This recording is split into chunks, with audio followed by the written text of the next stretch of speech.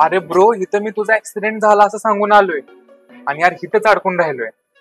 अरे तू आपला matter close झाल्याशिवाय माझा बाप सोडणार नाही ना. अरे पण तुझा बाप सोडणार नाही, पण माझा बाप मला घरात घेणार नाही, त्याचं काय? नाही हो, मला घरी सांगावंच लागेल. अरे सम्या, मी बिझनेस सोडला नसता हा. कान गाडसला ना डी प्रॉफिट आहे आणि माझा बाप सोडत नाही. अरे बिझनेस प्रॉफिटेबल आहे आणि आयडिया पण भारी आहे, पण मला घरच्यांचं पण बघावं लागेल ना. बघ ना ब्रो, कर ना मला थोडे दिवसाची.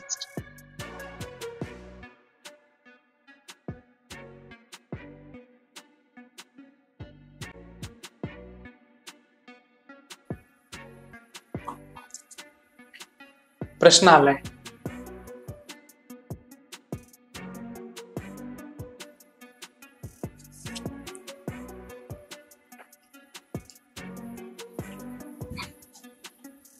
प्रश्न आला.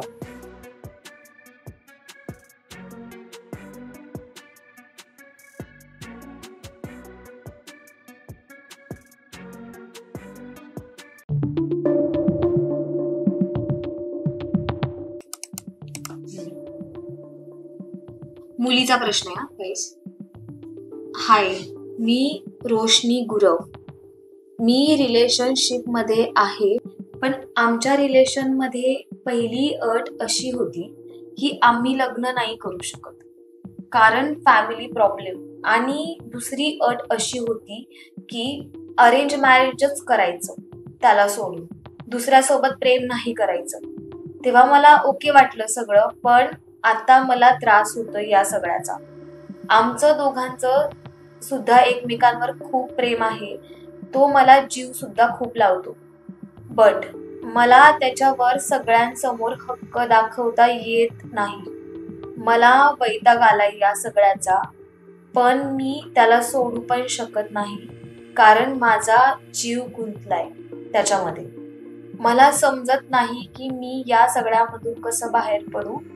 मला असं काहीतरी सांगा तुम्ही सोल्युशन की मला पण हर्ट नाही होणार आणि त्याला पण हर्ट नाही होणार, आणि मी यातून बाहेर कसं पडू. काय असू शकतं या प्रश्नाचं उत्तर? हे कपल्स लोक ना स्वतःच आयुष्य स्वतःच्याच हाताने काय एवढं कॉम्प्लिकेटेड करून घेतात काय माहिती. मला ना हा प्रश्न चुकीचा वाटायला. या प्रश्नाचं ना काही उत्तरच असू शकत नाही. एक्झॅक्टली. मग काही उत्तर द्यायचंच नाही का? काय उत्तर देणार आहे?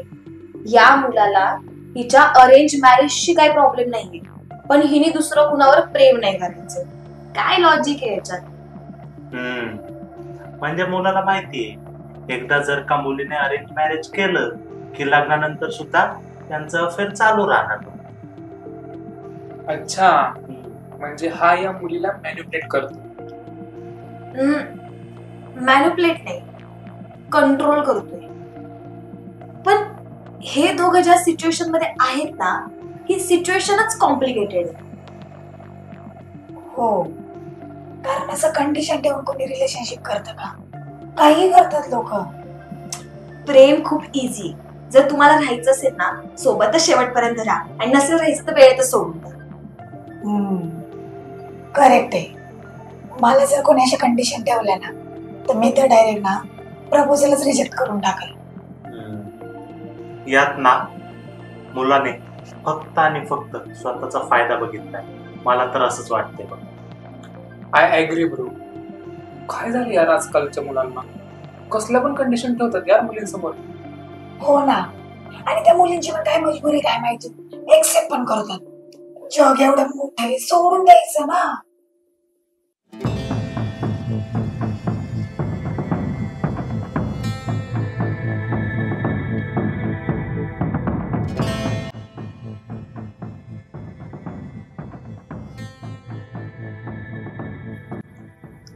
अगं, तू ज्या रिलेशनशिप मध्ये आहेस ना, तिथे फक्त मुलाचा स्वार्थ दिसत आहे.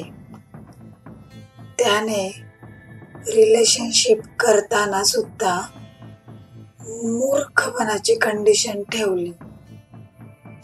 आणि ती तू एक्सेप्ट केली. आता तो बोलतोय अरेंज मॅरेजच कर.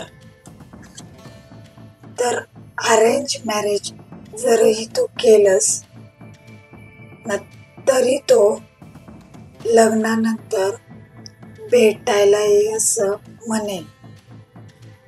म्हणजे हे सर्व त्याच्याच मर्जीने चालू आहे.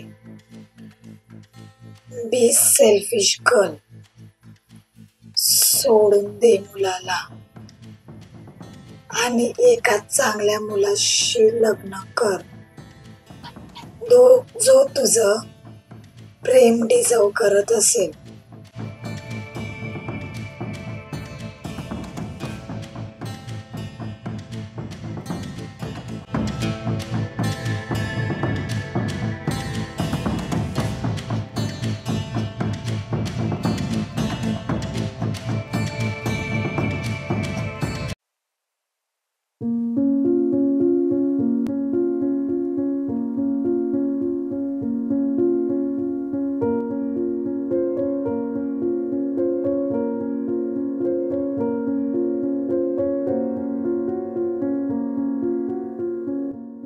ज्या नात्यांमध्ये अशा कंडिशन्स असतात ती नाती सुरुवातीपासूनच खोकले असतात.